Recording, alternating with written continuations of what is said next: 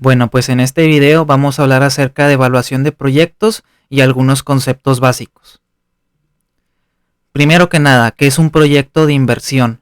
De acuerdo con Sabate, es la aplicación de recursos financieros con el objetivo de crear, ampliar, renovar o mejorar la capacidad productiva de una empresa. Consiste en la adquisición de activos fijos y los fondos necesarios para producir el bien o servicio, o sea, el capital de trabajo. Los proyectos de inversión son decisiones a largo plazo y cuentan con una vida útil de operación. Entonces, en resumen, básicamente consiste en adquirir activos fijos y capital de trabajo para producir un bien o un servicio. Etapas de un proyecto de inversión. Básicamente son 4 etapas: ideación, preinversión, inversión y operación. En la etapa de ideación se elabora lo que se conoce como la propuesta del proyecto. La propuesta del proyecto es un documento en el cual ustedes detallan qué idea tienen, qué proyecto quieren realizar y ya se los autorizan o no. En el caso de que se autorice, se pasa a la etapa de preinversión. La etapa de preinversión trata acerca de desarrollar los estudios de factibilidad del proyecto. Aquí normalmente se clasifican en 3 tipos: perfil, prefactibilidad y factibilidad. Pero es mejor entenderlo todo como si fuera la factibilidad del proyecto, porque pues en resumen casi todo es la factibilidad. Esta es la etapa más importante, ya que de ahí se desprenden sus estudios. En todo tipo de proyecto siempre es necesario que ustedes distingan qué tipo de información van a utilizar, si es información cuantitativa, cualitativa o una combinación de ambas. También es muy importante considerar la fuente de la información, recordando que existen fuentes primarias y fuentes secundarias. Las fuentes primarias son aquellas que se conocen como de primera mano, son fuentes que provienen directamente de la persona que está realizando la investigación. Algunos ejemplos son las encuestas, las entrevistas, las observaciones y los experimentos. Por otro lado, las fuentes secundarias es bibliografía especializada, como por ejemplo libros, revistas de divulgación científica, algún artículo del periódico, etc.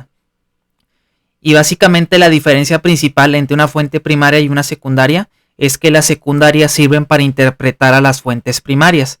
La fuente primaria es un texto original y la fuente secundaria sirve para interpretar un texto original. Una vez que el proyecto sea factible y se haya demostrado a través de los estudios que sí procede, entramos a la etapa de inversión. En la inversión básicamente lo que hacemos es diseñar y ejecutar un plan de acción para el proyecto. En él se detallan las estrategias, los tiempos de entrega, los responsables y las actividades que se van a llevar a cabo. Y ya finalmente entramos a la etapa de operación. Ahí es la etapa de funcionamiento del proyecto, el seguimiento, la evaluación y el control de los resultados obtenidos. Ya habíamos mencionado que la etapa más importante es la preinversión.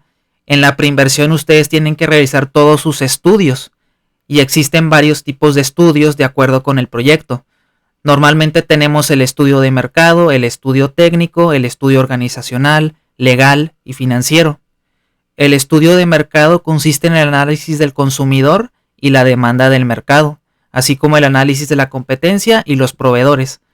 En ese estudio se determina la disponibilidad de su proveedor, cuál es el mejor precio de venta, sus estrategias de comercialización, etc.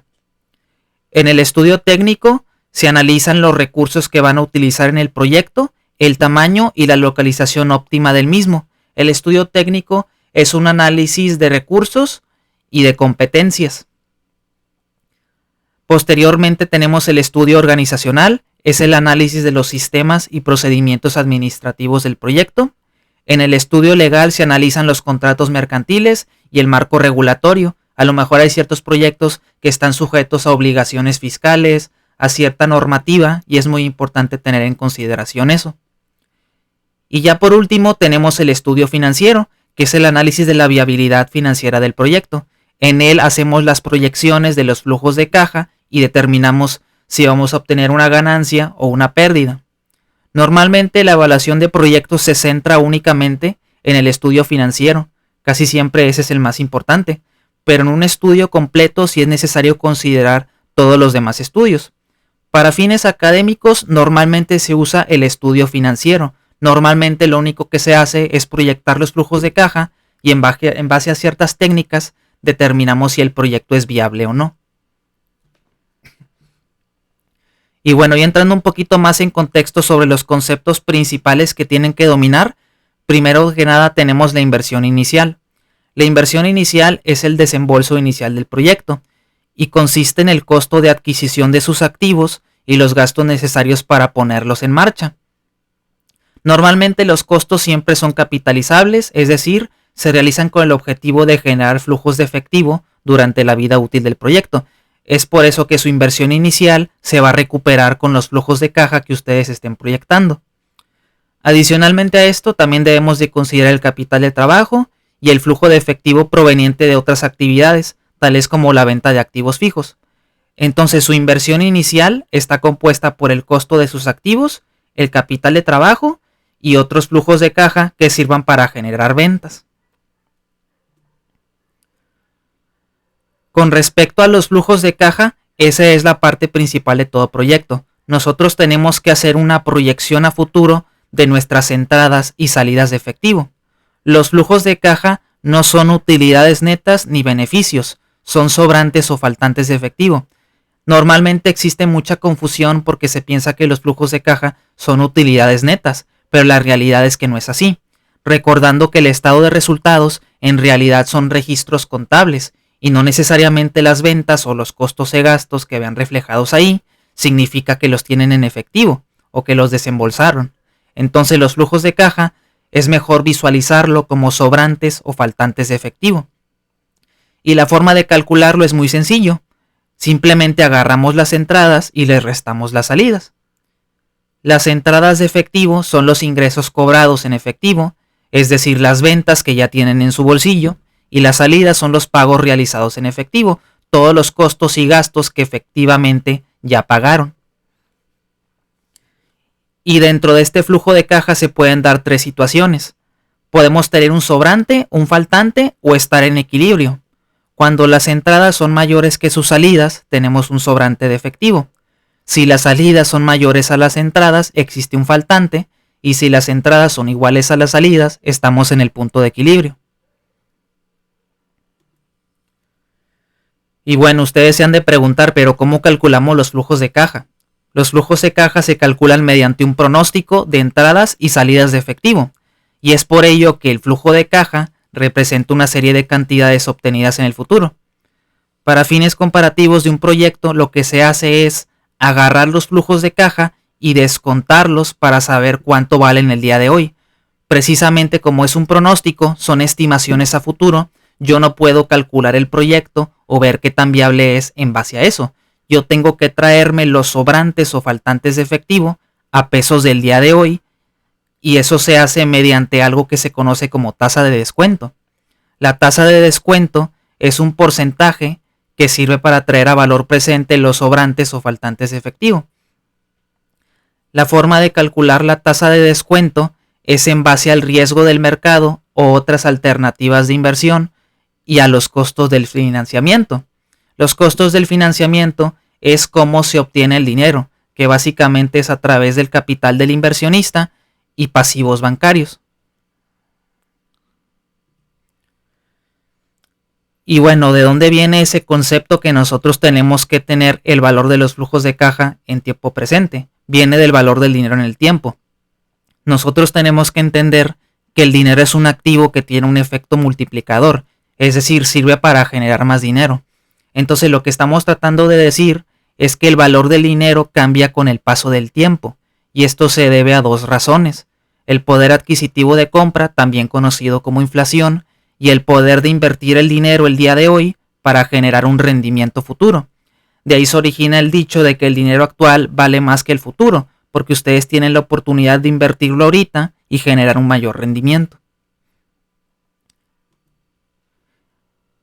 Con respecto a la rentabilidad que existen, normalmente lo analizamos desde dos vertientes, desde el punto de vista del inversionista y desde el punto de vista del proyecto. La rentabilidad del inversionista no es otra cosa más que la tasa de descuento, es decir, el porcentaje que utilizan para descontar sus flujos de caja.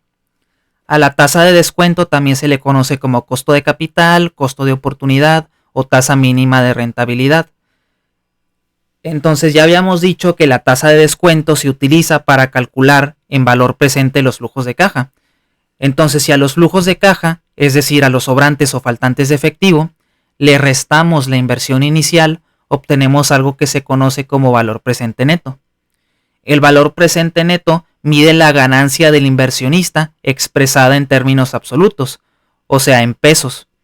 Entonces el inversionista puede ver su rentabilidad en forma de porcentaje, que es la tasa de descuento, y en forma de dinero, que es el valor presente neto. La otra rentabilidad que existe es la rentabilidad del proyecto. La rentabilidad del proyecto es la tasa interna de retorno. Como se indica su nombre, es interna, es propia del proyecto, y esta depende de cómo estén elaborando sus flujos de caja.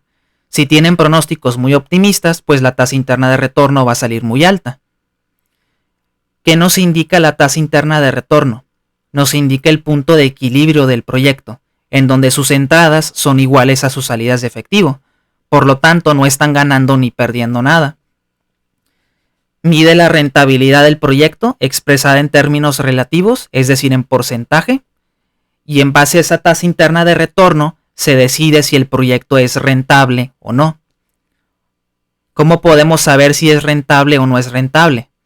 Básicamente tenemos que comparar la rentabilidad del inversionista contra la rentabilidad del proyecto. Un proyecto se va a aceptar si la tasa de rentabilidad del inversionista es menor que la rentabilidad del proyecto. Por otro lado, el proyecto no se va a aceptar si la rentabilidad del inversionista es mayor que la rentabilidad del proyecto. Entonces, en resumidas cuentas, ustedes tienen que comparar la tasa de descuento contra la tasa interna de retorno. Y bueno, aquí pueden ver un gráfico en donde tienen la tasa interna de retorno y en el eje X tenemos la tasa de descuento. Entonces, si ustedes se dan cuenta, la tasa interna de retorno está sobre el eje X, simbolizando que están en el punto de equilibrio. Entonces, si un inversionista agarra una tasa de descuento mayor a esta TIR, va a estar perdiendo dinero. Y si agarra una tasa de descuento menor a esta TIR, va a estar ganando dinero, como pueden verlo aquí en pantalla. Y la curva es decreciente. Esto se debe a que la inversión se va utilizando para generar los flujos de caja, y conforme se va utilizando, pues se va desgastando conforme pasa el tiempo, y a eso se le conoce como depreciación. Y bueno, ya resumiendo todo lo que vimos, ya vamos a entrar a lo que se conoce como la metodología financiera de evaluación de proyectos, y tenemos 4 indicadores que nos sirven para evaluar un proyecto. Tenemos el valor presente neto, la tasa interna de retorno, el periodo de recuperación de la inversión y el índice de rentabilidad. Entonces lo que vamos a hacer a partir de ahorita van a ser problemas financieros, únicamente nos vamos a centrar en el estudio financiero, es decir, en la proyección de los flujos de caja, y a partir de esos flujos vamos a evaluar el proyecto utilizando estos 4 indicadores. Y bueno, eso vendría siendo todo por este video, espero que se haya entendido y suscríbanse.